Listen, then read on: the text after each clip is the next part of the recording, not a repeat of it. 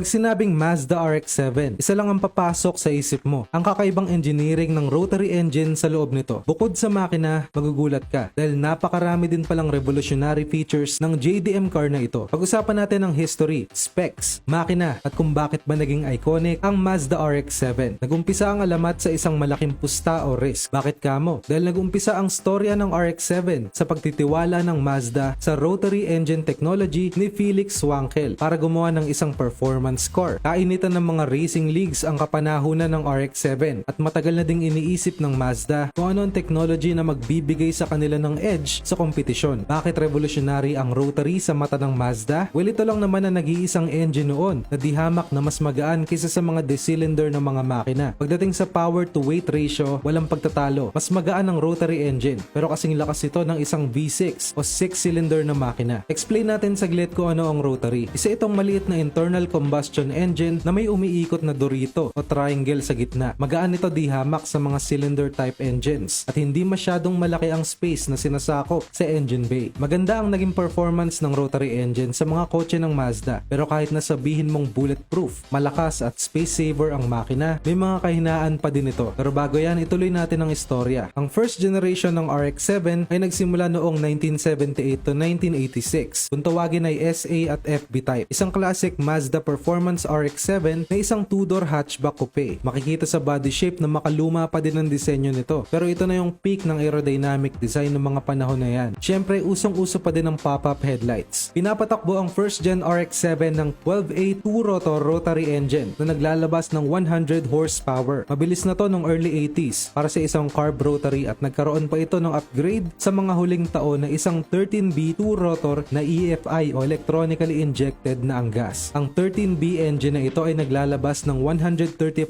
horsepower. Revolutionary na ang EFI ng mga panahon na yun. At ito na yata ang isa sa mga kauna-unahang EFI na rotary engine noon. Pasok naman tayo sa taon kung kailan lumabas din ang Toyota AE86. At kung mapapansin nyo, ito ang nauusong disenyo ng mga race cars noon. 1986, lumabas naman ang second generation ng RX-7 na tinawag na FC dahil ang chassis code nito ay FC. Powered ito ng 13B rotary engine. At katulad ng 86, may balancing 50-50 weight distribution at may rear wheel drive. Paganda ng paganda ang RX-7 habang tumatagal at palag-palag din sa drifting ang RX-7 FC dahil rear wheel drive din ito. Dalawa ang variant ng FC, isang natural aspirated at turbo version. Ang 13B rotary engine na walang turbo ay may 148 horsepower at ito namang turbocharged model na kung tawagin ay Turbo 2 ay naglalabas ng pagkalakas na 182 to 203 horsepower. Nga pala tatlong generations ang inabot ng RX-7 sa market at sangkatutak ang types. May racing roots din ito at alamin natin mamaya ang dahilan kung bakit na-discontinue ang linya ng RX-7. Pagpasok ng 90s, nilabas na ng Mazda ang magiging final generation. Ang third gen ay tinawag na RX-7 FD dahil din sa chassis code. Ang pinaka-smooth looking at pinakamagandang lumabas na RX-7 sa opinion ko. Pag sinabing RX-7, ito yung tinutukoy na design. Tingin ko kahit bata, bigyan mo ng laruan na parehas ng design nito, di may iwasang mastigan. Bukod sa smooth body features, nakakabit pa din dito ang iconic na pop-up headlights. Kasama din ang RX-7 FD sa Initial D bilang primary car ni Keisuke Takahashi, isa sa pinakamabilis na performance vehicle ng Akagi Red Suns. Lumabas ang RX-7 FD noong 1992 at dahil 90s ang tinaguri ang peak ng mga JDM cars, hindi na din biro ang specs nito. Ino-offer lang ito sa twin turbocharged 1.3 liter 13B Wankel rotary engine. Dahil sa dalawang kambal na turbo, kaya nitong umabot sa lakas na 255